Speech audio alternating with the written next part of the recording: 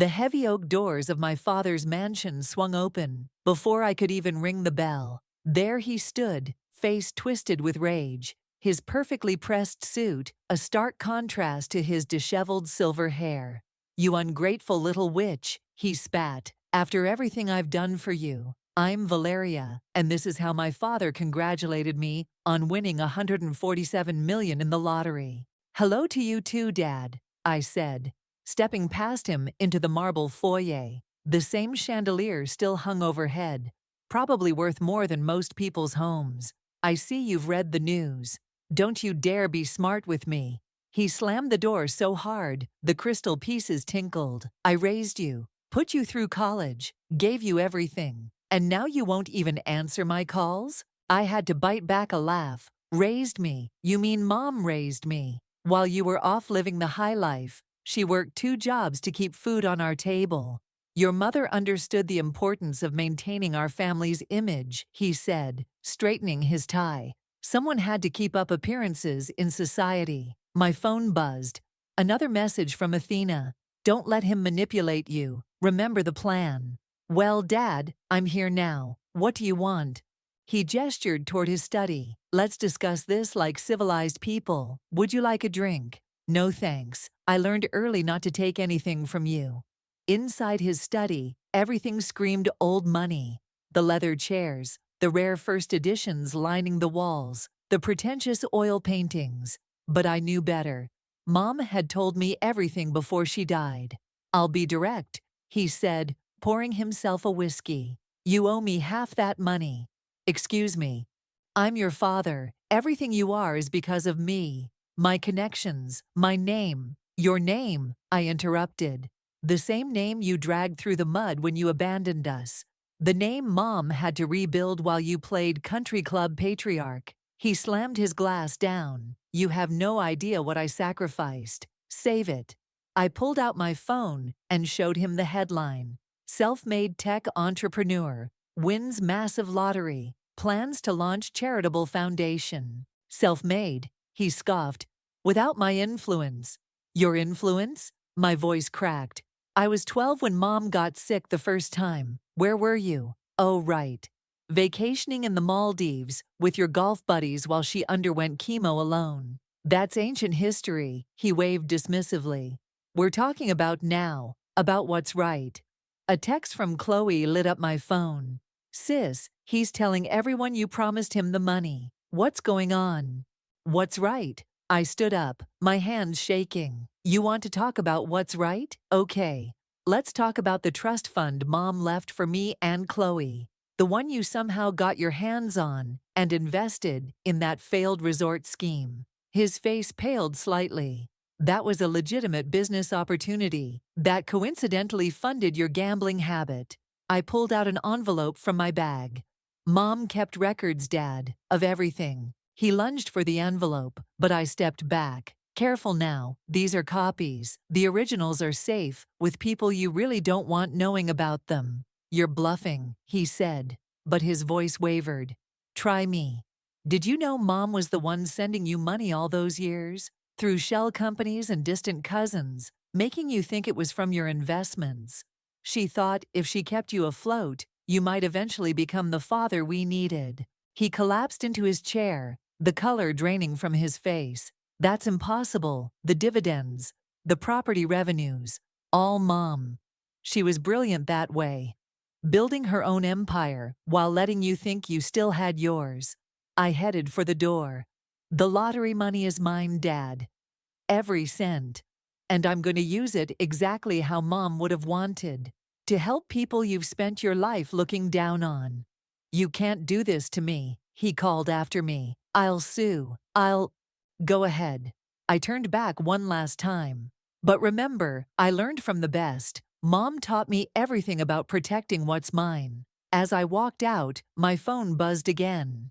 "Athena, well?" I texted back, "Phase 1 complete." He took the bait. Time to show him what real power looks like. The gates closed behind me as I drove away, leaving my father alone with his crumbling delusions. Mom always said karma takes its time, but when it hits hard. I was just helping it along a little. You should have seen his face, I said, sliding into the booth across from Athena at our favorite cafe. It was like watching a castle made of sand collapse in slow motion. Athena pushed a steaming latte toward me. And the envelope? Did he buy it? Hook, line, and sinker. I wrapped my cold hands around the warm mug.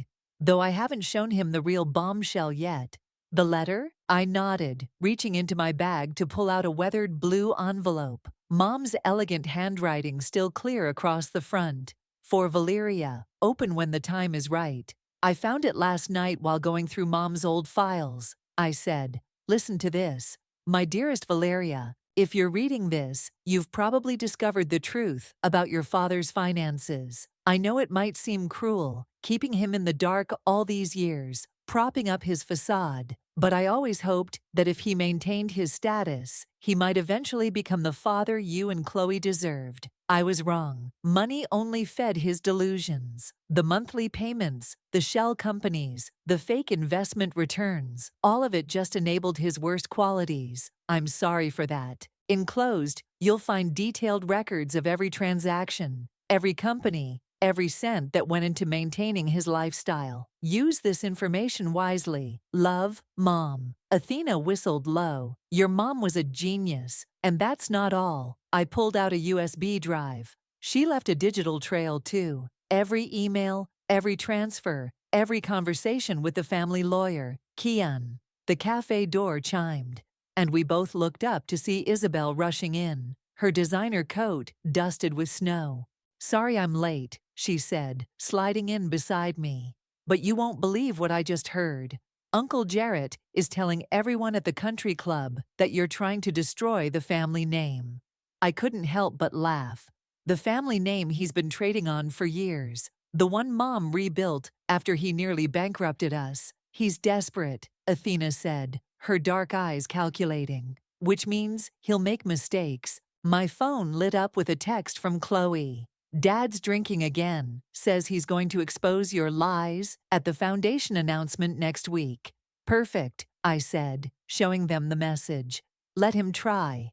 Isabel leaned forward. Val, there's something else you should know. I overheard Dad talking to Kian last night. Apparently, Uncle Jarrett's been borrowing against the mansion. He's underwater on everything. Just like Mom predicted, I said, pulling out another document. Look at this. 3 months before she died, she wrote down exactly how his house of cards would fall.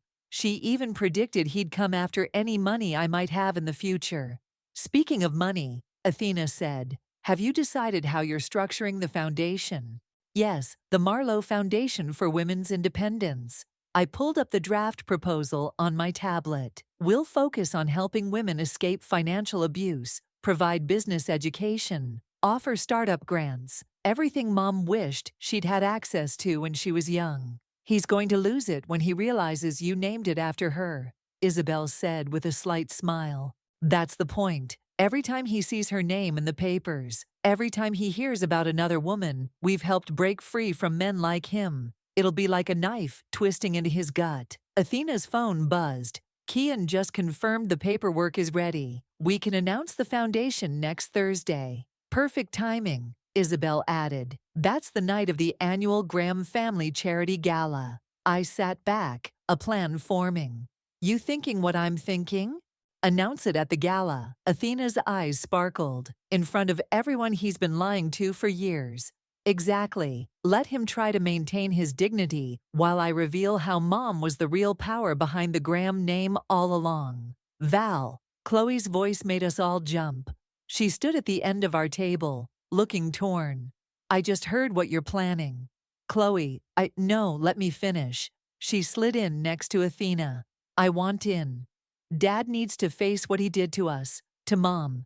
I reached across the table and squeezed her hand. Are you sure? This could get ugly. I'm sure. Mom protected him for years, thinking he'd change. But you're right. The only thing that will change him is consequences. As we sat there planning, Mom's letter seemed to burn in my bag.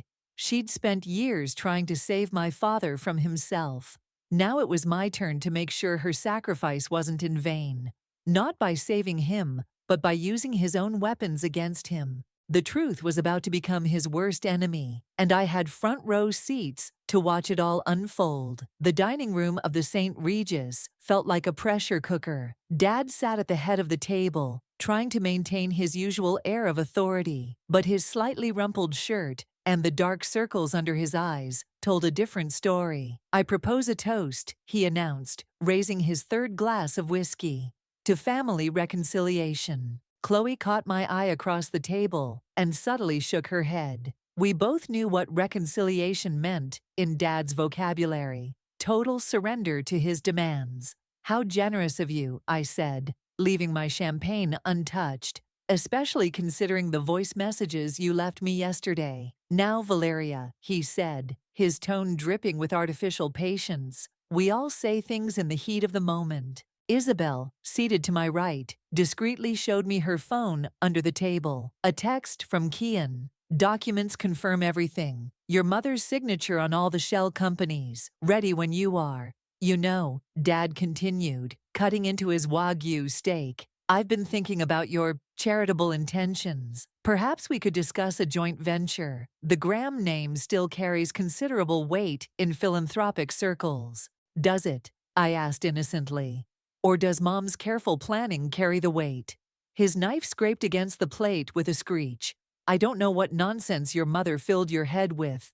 "Dad," Chloe interrupted, her voice sharp. Don't you dare speak about Mom that way." A waiter approached with another whiskey, but I waved him away. "No more drinks for my father, thank you." "How dare you?" Dad started to rise, but Isabel's voice cut through the tension. "Uncle Jarrett, did you ever wonder why the Riverside development deal fell through last year?" The color drained from his face. "What are you talking about?" "The deal you bragged about at every family gathering. The one that would have restored the Graham legacy." Isabel took a delicate sip of wine. "Funny how the investors pulled out right after Aunt Marlowe passed away." "That's enough," he snapped, but his hands were shaking. My phone buzzed. "Athena, press confirmed for the gala, front page guaranteed." "You know what I remember most about Mom," I said, watching him closely. "How she'd sit at our kitchen table late at night, working on her consulting projects. I always wondered why she worked so hard when you kept telling everyone how successful your investments were." "Your mother enjoyed keeping busy," he said stiffly. "She understood the importance of keeping you afloat," Chloe finished, "of protecting your precious reputation while you gambled away our trust funds." A couple at the next table glanced over, trying to hide their interest in our family drama.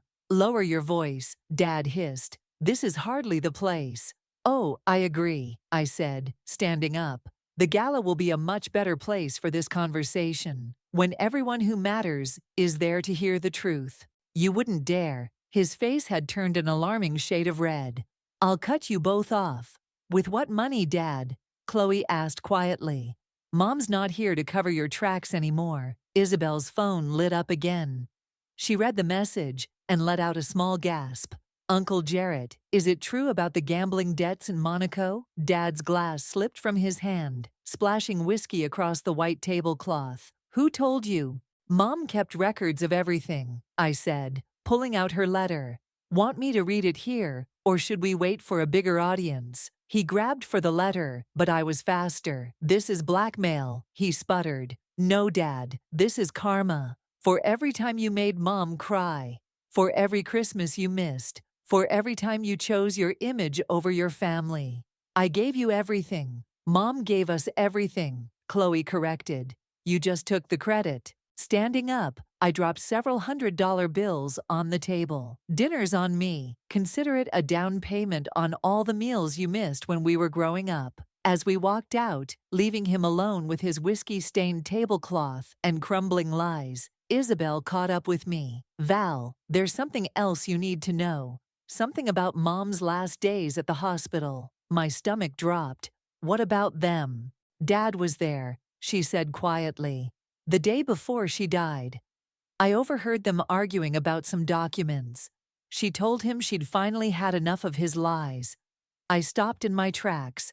"Are you saying I'm saying maybe her death wasn't as sudden as everyone thought. The world seemed to tilt on its axis. Behind us, through the restaurant's windows, I could see Dad still sitting at the table, his head in his hands. I thought I'd known the full extent of his betrayal. I'd been wrong. The conference room at Kian's law office felt too small for the weight of what we were about to discuss. Athena paced by the window, while Chloe sat rigid beside me, her knuckles white around her coffee cup. "Before we begin," Kian said, spreading documents across the mahogany table, "you need to understand the gravity of these allegations." "Just tell us," I demanded. "Was Dad involved in Mom's death?" Kian loosened his tie. "2 days before your mother passed, she changed her will. She also left this." He slid a sealed envelope across the table, with instructions to open it only if suspicious circumstances surrounded her death. My hands trembled as I broke the seal. "Wait," Chloe grabbed my wrist. "Are we sure we want to know?" "Your mother," Kian continued, "had been gathering evidence of your father's financial misconduct for years. Not just the shell companies and hidden transfers, but serious fraud. The kind that carries prison time." Athena stopped pacing, and she confronted him about it. "The day before she died." Kian's voice was heavy. "The hospital security cameras show them in what appears to be a heated argument. Hours later, her condition suddenly deteriorated. I unfolded the letter, Mom's familiar handwriting swimming before my eyes. "My dearest daughters, if you're reading this, something has happened to me. Your father discovered I've been documenting his crimes. He threatened to destroy everything I built, including the safety net I created for you both. But I've taken precautions. In the hospital's safe deposit box, you'll find a USB drive with everything, including recordings of his threats. I'm sorry I won't be there to protect you anymore, but I've given you the tools to protect yourselves. All my love, Mom." The door burst open. Dad stood there, face flushed with anger. "What the hell is this meeting about? How did you know we were here?" Chloe demanded, standing up. "I had you followed," he snarled. "My own daughters, conspiring against me with my lawyer."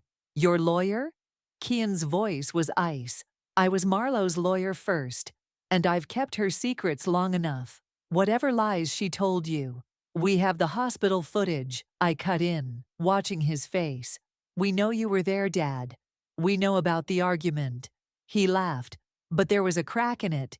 You think I had something to do with your mother's death. She was sick."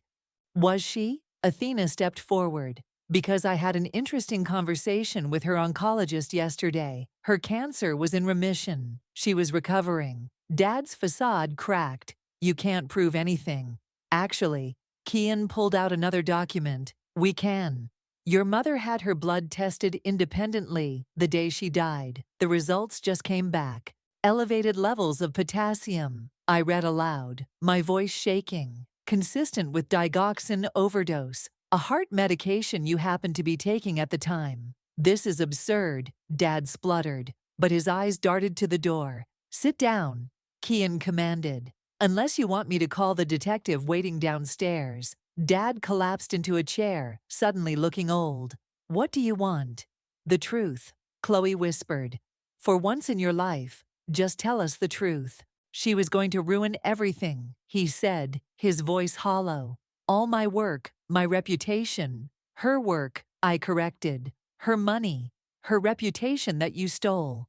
"I didn't mean to," he trailed off. "The medication was just supposed to make her sleep through the meeting with the board. I didn't know it would." "Stop," Chloe choked out. "Just stop." Kian pressed a button on his desk phone. "Send them up." "Them?" Dad looked panicked. The door opened again. 2 detectives entered, their badges glinting. "Mr. Graham," one said, "we need you to come with us." "You can't do this." Dad looked at me pleadingly.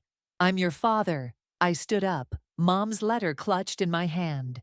"No, you're the man who killed my mother. Officers, he just confessed to administering medication that led to her death. We have it recorded." As they led him away in handcuffs, he kept looking back, his face a mask of disbelief. "The great Jarrett Graham, finally facing the consequences of his actions. "What now?" Chloe asked, tears streaming down her face. "Now," I said, picking up Mom's USB drive, "we make sure everyone knows the truth. The gala's tomorrow night. Let's give them something to really talk about." Athena squeezed my shoulder. "Your mom would be proud." "She gave us everything we needed," I said, looking at the evidence spread across the table. "She knew this day would come. She made sure we'd be ready." As we gathered the documents, Dad's words echoed in my head. He didn't mean to kill her, but he meant to silence her, and that was enough. Tomorrow the whole world would hear her voice. Through us. "They've denied him bail," Athena announced, bursting into my home office, where we were preparing for the gala. "The evidence was too strong, and they considered him a flight risk." I looked up from my laptop, where the draft press release for the Marlowe Foundation waited. "Good. Did they find the offshore accounts?"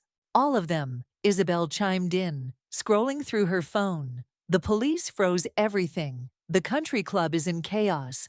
Everyone's scrambling to distance themselves from him." My phone rang, Chloe's face lighting up the screen. "Val, you need to turn on the news, now." I grabbed the remote, and there it was. Prominent businessman arrested in connection with wife's death. Financial empire revealed as elaborate fraud. "They're calling it the scandal of the decade," Chloe said. "But that's not why I called. Someone from Dad's past just reached out to me. A woman named Regina." Regina. The name triggered something in my memory. Wait, wasn't she Mom's best friend from college? The one who mysteriously disappeared 20 years ago? Yeah, she's back, and she has stories to tell. A knock at my door interrupted us. Kian entered, looking grim. "We have a situation. Your father's trying to cut a deal with the DA. He's offering to reveal family secrets in exchange for leniency." I laughed bitterly. "Let him. We have nothing left to hide." "Val," Isabel said softly, "there's more. Regina says she and your mom were planning to expose Dad together. The night before Regina disappeared, she and Mom had gathered evidence of his earliest frauds." My hands started shaking. "Are you saying—" "Regina didn't disappear," Athena finished. "She went into hiding, and now she's ready to testify." The doorbell rang again. This time, it was a courier, with a thick manila envelope. "Special delivery for Valeria, from Marlowe Graham, via safety deposit box 247. I tore it open, documents spilling across my desk. Photos, letters, bank statements, and a diary. "Oh my God," Isabel breathed, picking up a photo. "Is this Regina and your mom?" With some kind of ledger. "Look at the date," Athena pointed. 3 days before Regina vanished. My phone buzzed with a text from an unknown number. "Your mother saved my life by helping me escape. Now it's my turn to help you. Regina." "The gala starts in 4 hours," Kian reminded us. "What's the play here?" I stood up, my mind racing. Change of plans. Instead of just announcing the foundation, we're going to tell the whole story, every detail, every crime, every cover-up. "Val," Chloe's voice crackled through the speaker. "The media's outside Dad's mansion. They found evidence of other women he might have hurt. Get Regina to the gala," I told her. "We're going to need every voice, every story, every piece of evidence." Athena was already on her phone. "I'll alert the press. They'll want to cover this live." "Kian?" I turned to him. "Can you get the DA there too?" He nodded. "Already on it. And the FBI's Financial Crimes Unit is very interested in attending."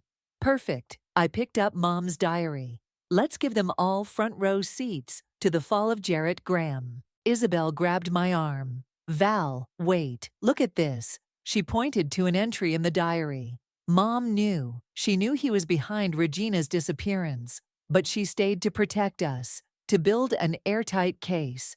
"And now we're going to finish what she started," I said, my voice firm. My phone lit up again. Another text from Regina. "Your father didn't just steal money. He stole lives, dreams, futures. Tonight, we take it all back." The guest list for the gala just doubled, Athena reported. "Everyone wants to see this showdown. Let them come." I said, gathering the documents. Mom spent years building this case in silence. Tonight, we're going to be loud.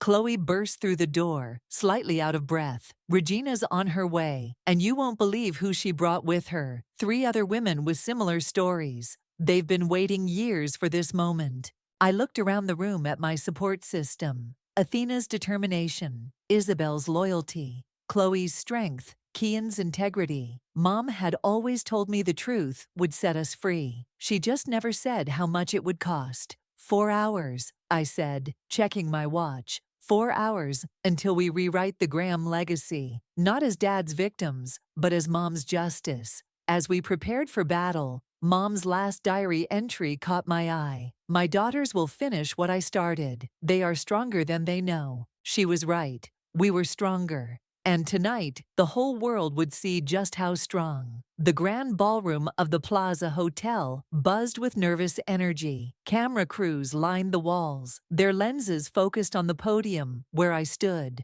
adjusting the microphone. Behind me, a massive screen displayed the Marlowe Foundation's logo. Mom's signature transformed into an elegant design. "They're ready," Athena whispered, squeezing my arm. "Regina and the others are in position." I scanned the crowd. The city's elite shifted uncomfortably in their seats, already unsettled by Dad's arrest. In the front row, 4 women sat together, Regina among them, their faces set with determination. "Good evening," I began, my voice steady. "You all came here expecting a simple foundation announcement. Instead, you're going to hear a story about power, abuse, and the women who survived it." The screen behind me flickered to life, showing a photo of Mom and Regina from 20 years ago. This photo was taken 3 days before Regina Thompson supposedly disappeared. Except she didn't disappear. "Did you, Regina?" Regina stood, her silver hair gleaming under the chandeliers. "No, I didn't. I fled. Because Jarrett Graham threatened to destroy me, just like he tried to destroy every woman who discovered his crimes." Gasps rippled through the audience. Phones came up, recording everything. "My mother, Marlowe, spent years documenting his fraud," I continued, clicking to the next slide. Bank statements, transfer records, emails. But she discovered something far worse, a pattern of threats, intimidation, and violence against women who dared to challenge him. "He took everything from us." One of the women beside Regina stood up. "Our savings, our businesses, our reputations." He called it teaching us our place. Chloe joined me at the podium, her hands shaking but her voice clear. "Our father didn't just steal money. He stole lives, including our mothers." The screen showed the hospital security footage, Dad entering Mom's room, the argument, his hasty exit. "But Mom was smarter than he knew," I said, pressing a button. Her voice filled the ballroom. "Jarrett, I have everything documented. The fraud, Regina, all of it. If anything happens to me, it all comes out." Dad's voice, angry and clear. "You think you can threaten me? I've buried better women than you." The audience erupted in shocked murmurs. Camera flashes intensified. "The Marlowe Foundation," I announced over the chaos, "isn't just a charity, it's a weapon. Every dollar will go to helping women escape men like Jarrett Graham, to fighting financial abuse, funding legal battles, and exposing predators who hide behind wealth and power." "You can't do this." A man stood up, red-faced. "You'll destroy decades of business relationships." "That's the point." Athena stepped forward. "Those relationships were built on fraud and fear. Not anymore." Regina approached the podium, placing a thick folder beside me. "This contains statements from 12 more women. All of us survived Jarrett Graham. All of us kept evidence. We've been waiting for this moment for 20 years. The DA stood up from her seat. "Ms. Graham, I believe we need to have a conversation about expanding the charges against your father." "Of course," I said. But first, I clicked to the final slide, Mom's last photo, taken in the hospital. "This foundation is for every woman who ever faced a man like my father and thought she had to stay silent. Mom gave her life to expose the truth. Now we're giving her legacy to help others fight back." Isabel rushed to the podium, passing me a note. I read it and smiled grimly. "Breaking news," I announced. "My father just tried to hang himself in his cell. He failed, just like he failed to silence us. He'll live to see everything he built crumble, knowing his own wife and daughters took him down." The ballroom erupted in chaos. Reporters shouted questions. Society wives whispered frantically. Business partners made hasty calls. "The press conference portion will begin in 10 minutes, Athena announced over the noise. "Ms. Graham will take questions then. In the meantime, please review the evidence packets being distributed." As the crowd swarmed the information tables, Regina touched my arm. "Your mother would be so proud. She always said her daughters would finish what she started." "We're just getting started," I replied, watching as more women approached Regina's group, some already sharing their own stories. "The foundation launches tomorrow. Dad's trial starts next month, and we have 20 years of secrets to expose." Chloe hugged me tight. "Think he finally understands what it feels like to be powerless." I watched as the empire Dad spent decades building collapsed in real time, his name becoming toxic before our eyes. "He's about to learn," I said, stepping back to the podium. "Mom always said karma comes for everyone eventually. She just needed us to help it along." The courthouse steps were packed with reporters as I made my way inside. 3 months had passed since the gala, and Dad's trial was reaching its climax. "Ms. Graham," they shouted, "any comment on your father's testimony yesterday?" I kept walking, Athena and Chloe flanking me. Inside, Regina waited with her group of survivors, now grown to 27 women. "He's breaking," Kian said, meeting us at the security checkpoint. "The DA's office says he was up all night, demanding to speak with you." "Not happening," Chloe snapped. "He lost that right when he killed Mom." The courtroom was already packed. Dad sat at the defense table, his designer suits replaced by a prison jumpsuit, his silver hair now completely white. He looked small, diminished. "All rise," the bailiff called as the judge entered. "Before we proceed," the judge announced, "the defendant has indicated he wishes to change his plea." A murmur ran through the courtroom. Dad stood slowly, his hands shaking. "Your Honor," his lawyer began, "my client wishes to enter a guilty plea to all charges." "Including the murder of Marlo Graham?" the judge pressed. Dad's voice cracked. "Yes." "Very well," the judge said. "As per the prosecution's request, we'll hear victim impact statements before sentencing. Ms. Valeria Graham, you may proceed." I walked to the podium, unfolding Mom's last letter. "Before I start, I want to read something. My mother wrote this the day before she died, knowing what was coming." I cleared my throat. "My dearest daughters, don't let him make you bitter. Let him make you better. Use everything he taught you about power against him. But use everything I taught you about love to help others." I looked directly at Dad. "You taught me that power means crushing people beneath you. Mom taught me that real power means lifting people up. The Marlowe Foundation has already helped 53 women escape situations like Mom's. That's her legacy." Dad tried to speak, but I continued. "You want to know the funny thing?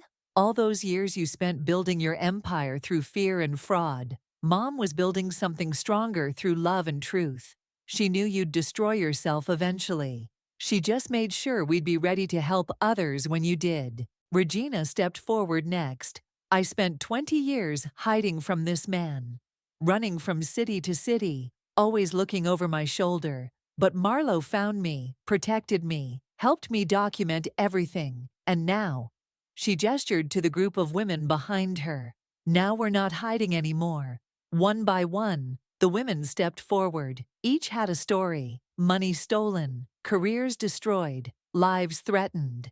Dad seemed to shrink with each testimony. Finally, Chloe took the stand. "You know what's ironic, Dad? You always said Mom was weak for helping people, for giving instead of taking. But look around. Everything you built is gone. Everything she built is growing stronger every day." The judge cleared his throat. "Mr. Graham, do you have anything to say before sentencing?" Dad stood shakily. I didn't understand. The power I thought I had, it wasn't real. Marlo. She was the powerful one all along. Save it, I cut in. You're not sorry you did it. You're sorry you got caught. The court sentences you to life imprisonment without possibility of parole, the judge declared. Additionally, all assets are to be forfeited and transferred to the Marlowe Foundation as restitution. As the bailiffs led him away, Dad called out, "Valeria, Chloe, please." We turned our backs, just as he had done to us so many times before. Outside, more reporters waited. But this time, I stopped.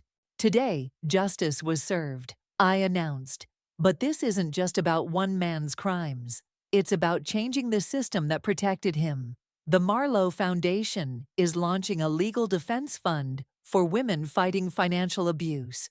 We're partnering with corporations to create job opportunities for survivors, and we're just getting started. Athena handed me my phone. The foundation's website had crashed from too many donations pouring in.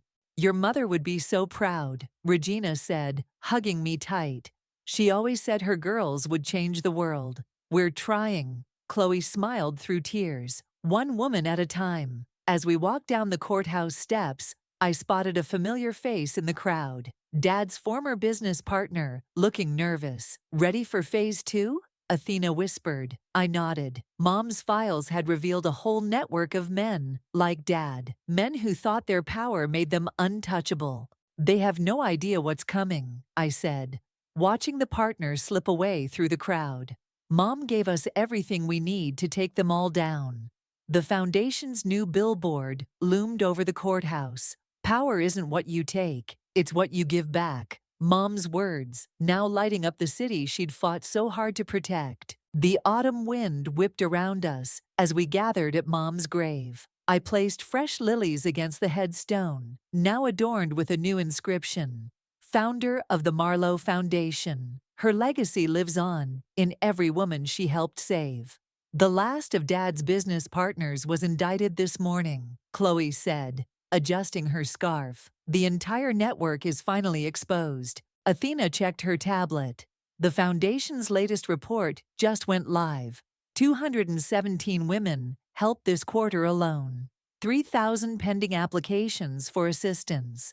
And 4 more corporations signed our workplace protection pledge. Isabel added, "It's becoming toxic to not support the cause." Regina approached with a small group of women, the latest survivors we'd helped escape their abusers. "Are you ready?" she asked. "They're waiting inside." The community center across from the cemetery buzzed with activity. Women of all ages filled the meeting room, some holding babies, others clutching portfolios of business plans. "Welcome to the first Marlowe Foundation Leadership Summit," I announced, stepping to the podium. "Every woman in this room has a story of survival. Now it's time to turn those stories into strength." A young woman raised her hand. "My husband said I'd never survive without his money. The foundation helped me start my own business. Now I employ 10 other survivors."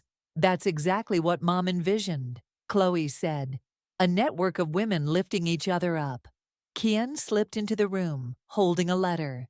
"This just arrived from the prison. Your father, whatever it is, we're not interested," I started, but Chloe grabbed the letter. "Val, look at this," she read aloud. "I finally understand what Marlowe was trying to teach me. Power isn't in what you control, but in what you create. I'm signing over my remaining offshore accounts, the ones you haven't found yet. Use them to help more women escape men like me." "Can we trust him?" Athena asked. "Does it matter?" I replied. "Everything he has belongs to his victims anyway. We'll find those accounts, with or without his help." Regina stepped forward. "Ladies, let me tell you about Marlowe. She wasn't just my best friend. She was a warrior who fought her battles in silence, building an arsenal of truth. She taught me that sometimes you have to lose everything to find your real power. And now," I added, "we're teaching that lesson to every man who thinks his money makes him untouchable." The doors opened as more women arrived. Lawyers, counselors, business mentors, all volunteers ready to help others rebuild their lives. My daughter just asked me what a hero looks like. One survivor spoke up. I showed her the Foundation's website. I told her heroes look like us, women who refuse to stay broken. Athena projected the Foundation's latest campaign onto the wall. Photographs of survivors turned success stories, their faces proud and strong. This is Mom's real legacy, Chloe said softly. Not just taking down the bad guys, but building up the survivors. Speaking of building, Isabel interrupted. The new shelter opens next week, 3 times bigger than the last one. A commotion at the door drew our attention. A woman stood there, trembling, clutching a designer bag. My husband. He's like your father. I need help. Come in, I said, extending my hand.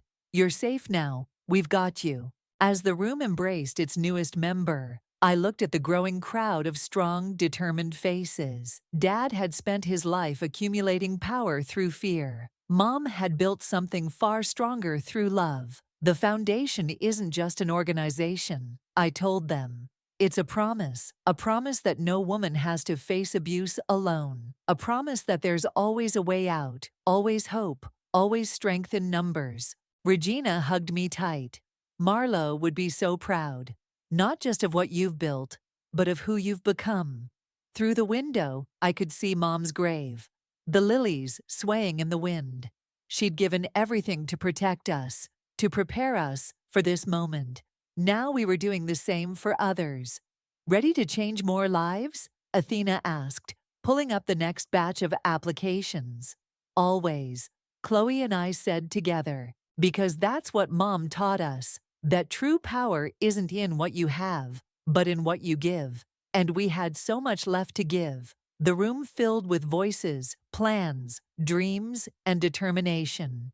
This was Mom's real victory. Not just bringing down one man, but lifting up countless women. And we were just getting started.